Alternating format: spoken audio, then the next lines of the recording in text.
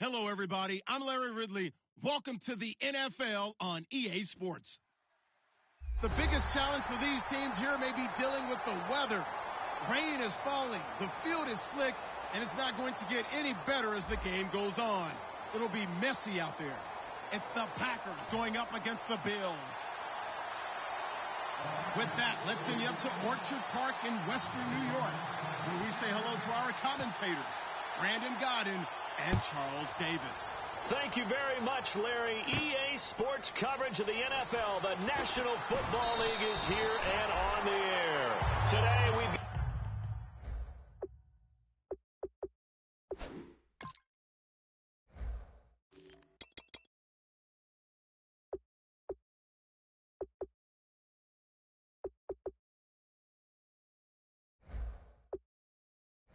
a Week 6 matchup for you here between the Green Bay Packers and the Buffalo Bills.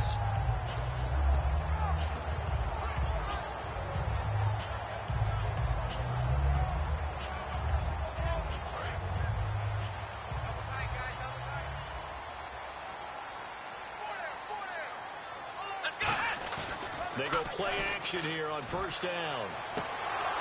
And no, incomplete. Boy, they took a shot there on the first play, trying to start it out with a bang, but it's second down. And so often we talk about electric playmakers as we look at the offense here. Sammy Watkins, he's an electric playmaker. Love the word you used. Electric indeed. Dynamic, and this guy makes plays and opens the game up. And that one got tipped, kind of threw everything off. It brings up third. And a peek at the defense for the Packers. Mike Daniels continues to get better and better with each year. A nice run stopper inside. So now an early 3rd and 10 here on their opening drive.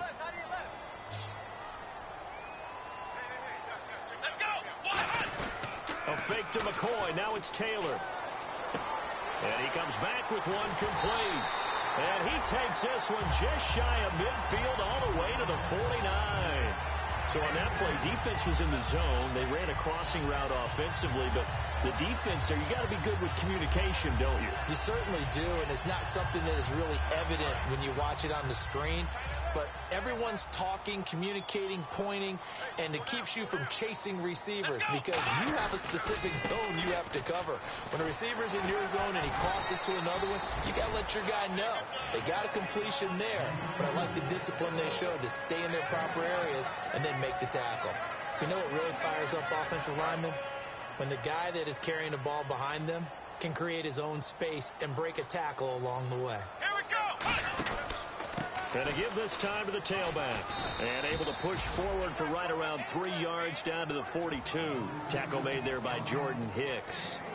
It's really simple to say that they know their identity, that they are a passing team. But one of the reasons that they're so successful, they know how to mix in the run and make sure that they keep the defense off balance and not able to just simply say, let's go get the quarterback and disrupt things.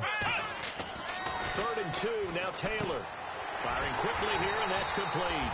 And he's going to have the first down at about the 38. It's a gain of 4 there, and it gives him a new set of downs. Did you see that route the way that I did? I thought he was trying to get deep. Yeah, that wasn't the first option. No, it came off of that guy, the deep guy, and came underneath on the drag, completed it very well. Now they'll run it on the toss. And able to push his way forward here for a good little gain. It's a pickup of 4, and it'll bring up second down. In today's NFL, you hear all the time about stretching the field and creating space in order to run plays. A toss play will help accomplish that because now you're pushing a defense to chase you all the way to the edges and to the sideline. That's a nice run, probing now early to try and get things done later. Looking left side for Watkins, and he's got it. And he is going to lose yardage here. It'll be a loss of a yard, and it'll be 3rd down. They completed the screen on the perimeter, but boy, that was textbook defense. Exactly as you're taught to play against a wide receiver screen, and they snuffed it out for a loss of yardage. 8th play of this opening drive coming up. This is 3rd down. Here we go! From the shotgun, it's Taylor. Throwing into traffic there, and that's complete. Calling a gain of 10, and they pick up the first.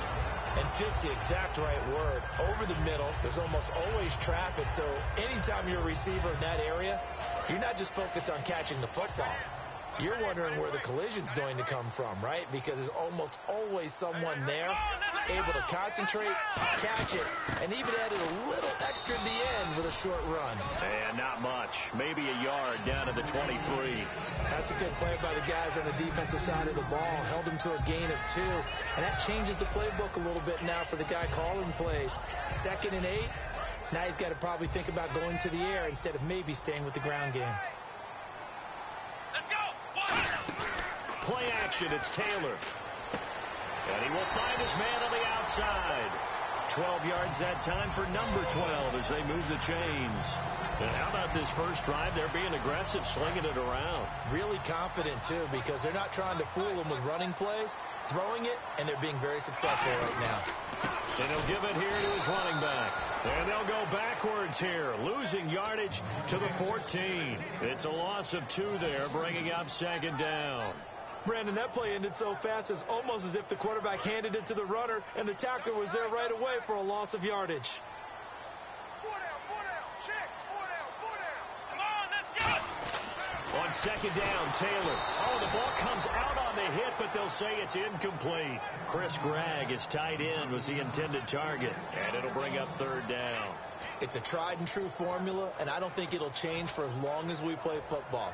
If someone's trying to throw the ball and you can put pressure on them and make it tough, that's only going to help your defense. Yeah, he's since being hurried. He got rid of it before taking the hit, but incomplete. Oh, a ball batted in the air, and now it's intercepted. A great read, and it's picked off. And a big turnover there as his guys will get the football back. Well, they thought they were going to break the tie. The defense had other plans. They were already in field goal range, but boom, an interception. I don't know if this was a case of being a little bit too greedy with the opportunity to put points on the board, but give credit to the guys on the defensive side. Hung in there, battled, and made a key play.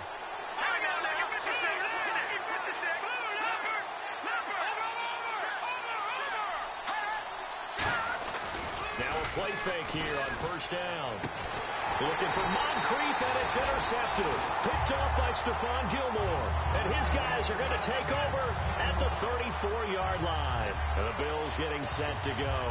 And the interception thrown in the red zone last time. We'll see if they can rebound. I just have to think the last thing he said as they went back out there was, don't do that again. What do you think?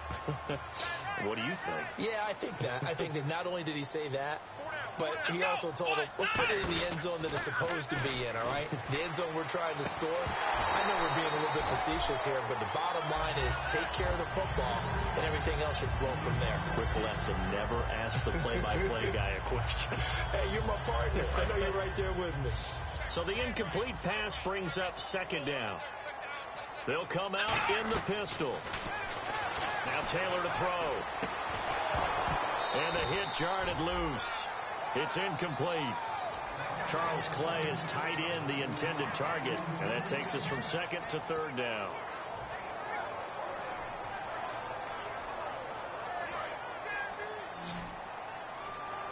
Looking to jam the receivers at the line here. Press coverage look defensively.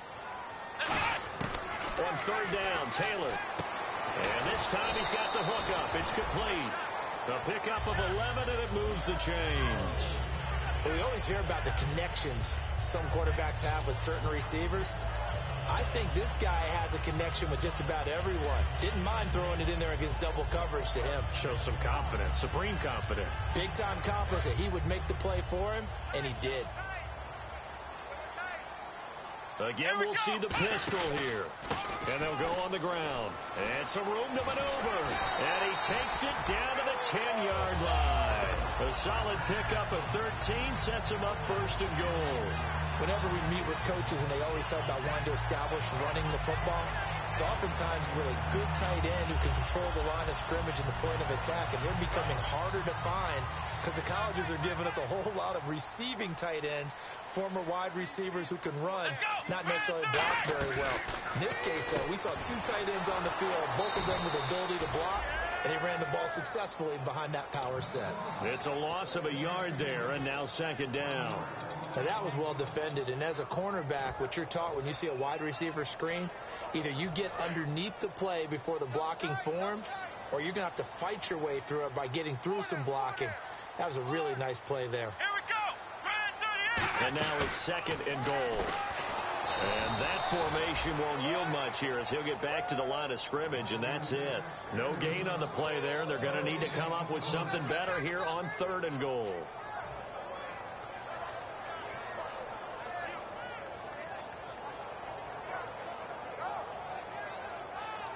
We've got a 3rd and 11.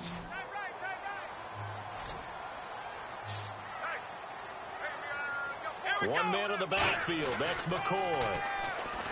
Now Taylor. That is caught at the 7-yard line. And he's able to get it down to the 2-yard line. With Charles Davis, I'm Brandon Gaudin. Second quarter about to get underway with the Bills in possession. They are, however, facing a 4th down situation. And the first play will be a field goal try. From the left hash, he'll have to cut this at a tight angle. And the 10-year vet knocks it through the goalpost. And the Bills will take a 3-0 lead. So after slogging through a scoreless first quarter, we have action on the scoreboard. A field goal makes it 3-0. Well, with these two offenses, we weren't going to stay 0-0 forever, were we?